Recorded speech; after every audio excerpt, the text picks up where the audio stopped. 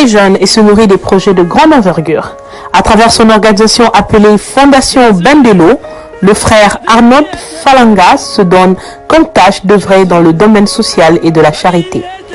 Parmi ces deux actions phares, on retrouve tout d'abord la charité pour la maternité saccagée, qui est un projet initié pour venir en aide aux femmes démunies, bloquées dans les hôpitaux, faute de moyens pour payer leurs factures.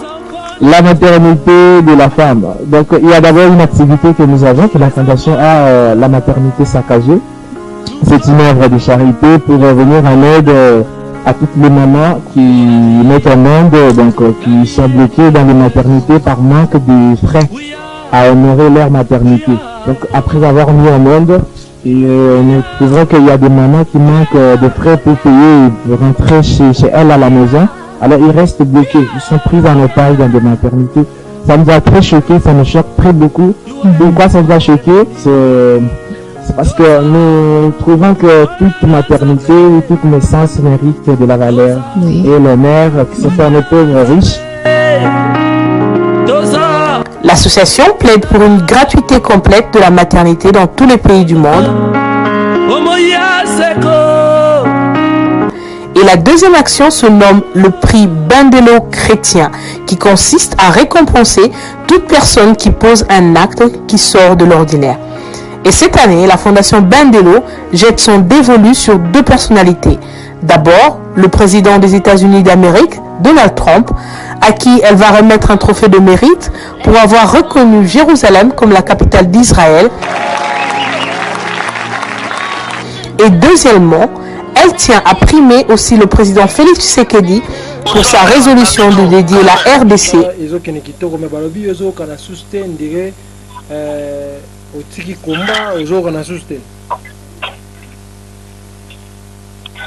tout cas, il est impossible après le calamité général Malila qui a combat.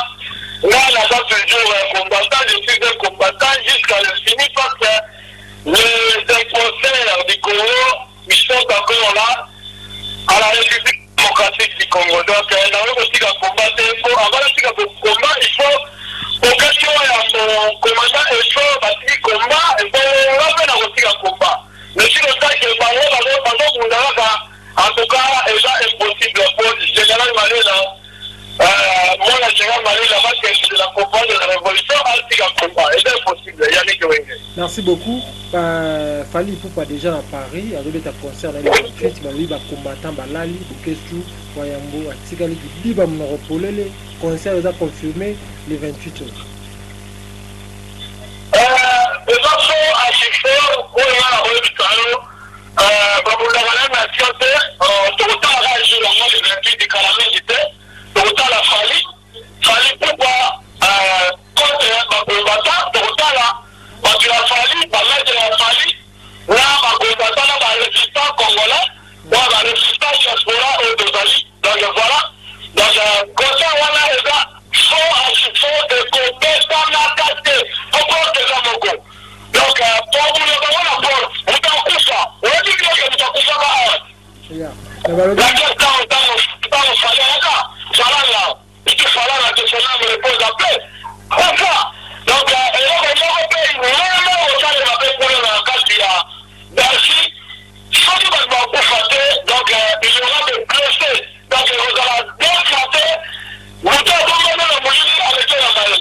mais balobi combat et kabane na deux parties qu'on a poto monsieur baza pour Fali monsieur pe baza pour Baboketu contre concert Rebetama.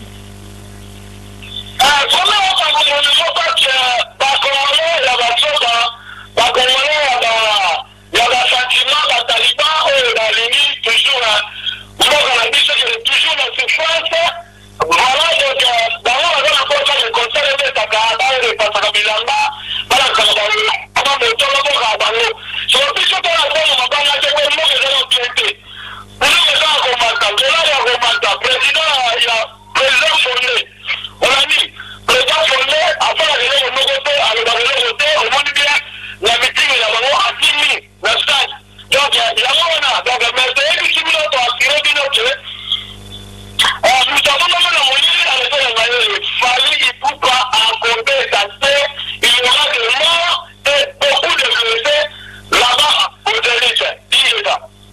merci beaucoup. Mais tout le monde est Robin qui était dans la photo qu'on a pour y faire bête avant Fali Poupa. Alors partout, tout le monde est Robin Kitty.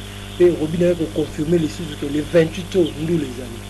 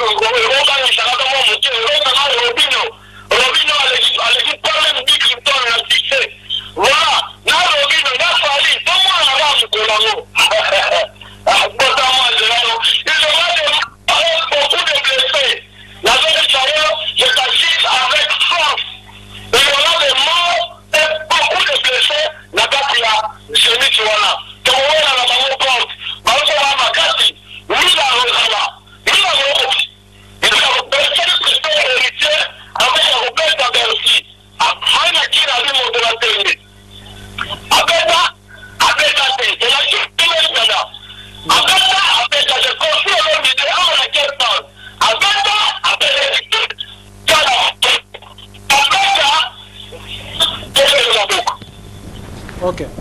Merci beaucoup, Général Malila. On a habité la minute au Congolais et Billy Baotala partout.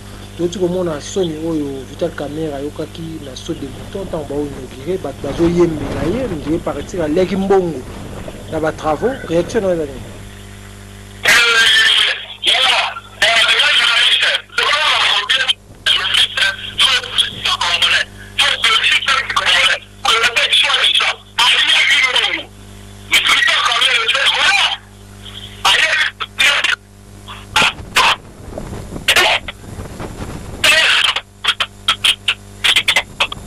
Comment cracher, déplacer mon qui passe aux alliés, photo, balanda. Allô? Déplacer mon pied pour balanda ou bien aux cracher. Yeah. Pour déplacer, ok, c'est bon. Réaction à Zanini, est-ce que Vital Kamé est bon ou a détourné ça solo?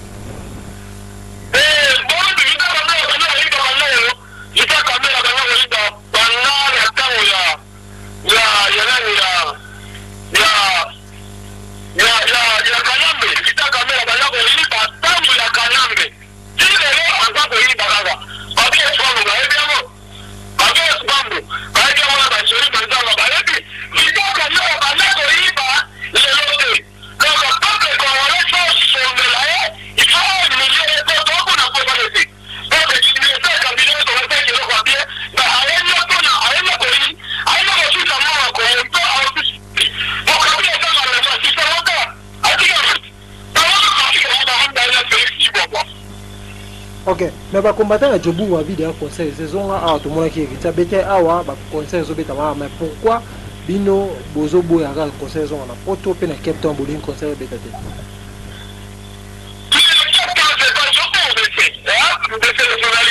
Yeah.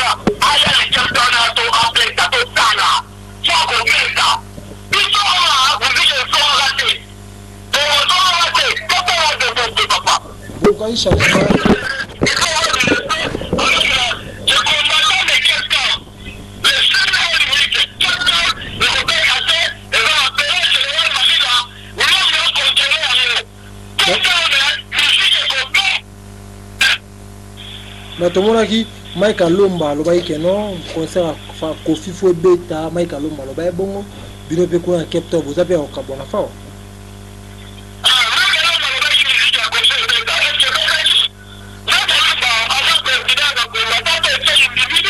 Ada posé à combattre. Ada posé à combattre Cape Town.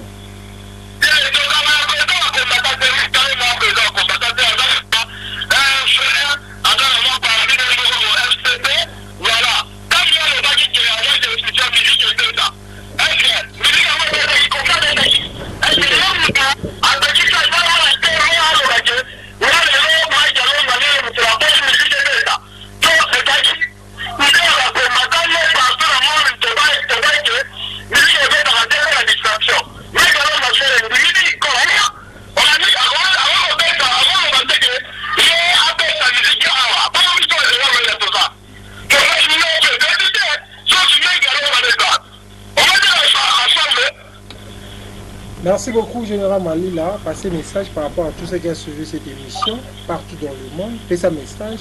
Nafali Poupa Dikapuyo, journée et à le 28. Pardon? Fais ça message, tout comme la souka émission à Bisso. Fais ça message, pas Fali Poupa pour un concert le 28. Fais ça message, bandego tout partout dans le monde entier. Bon, t'as la super.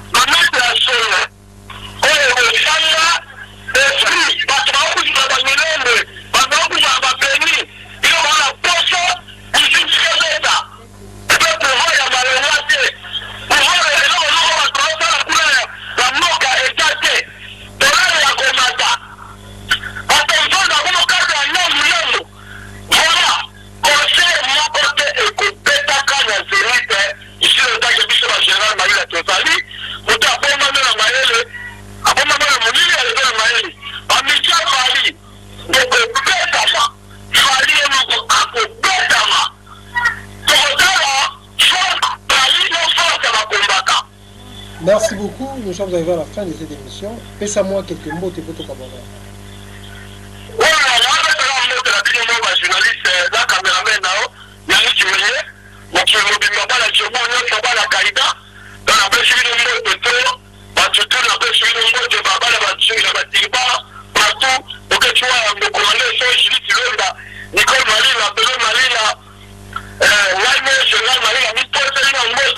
Voilà, il n'y a pas de concert au Zénith. Donc, oubliez ça. Le 28, il n'y a pas de concert au Zénith. Fallait Poupa, gare à toi, fallait m'envoyer du PD, soit je dis pas du PD, que le temps là, de religion, on va me dire le ciment. Comment faire une idée de remettre à mouler? Dans des millions, nous, la mission est là, millions. Personne ne peut changer ça. Nous,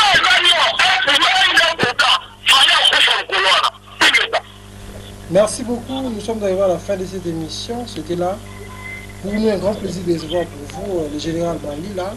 Vous avez vraiment envoyé en direct du Cape Town, mesdames, demoiselles et messieurs, amis fidèles téléspectateurs de la 3W. Ouais, Kinelengi TV. Restez toujours branchés quand vous ne serez pas d'ici avec votre MD serviteur Babi Mongongo et Kinshasa. D'ici là, portez-vous bien avec l'espoir de vous retrouver au prochain numéro. Ciao. N'hésitez pas à liker la vidéo si elle vous plaît et si vous êtes nouveau sur la chaîne, n'oubliez pas de vous abonner et d'activer la notification pour ne rater aucune de nos prochaines vidéos.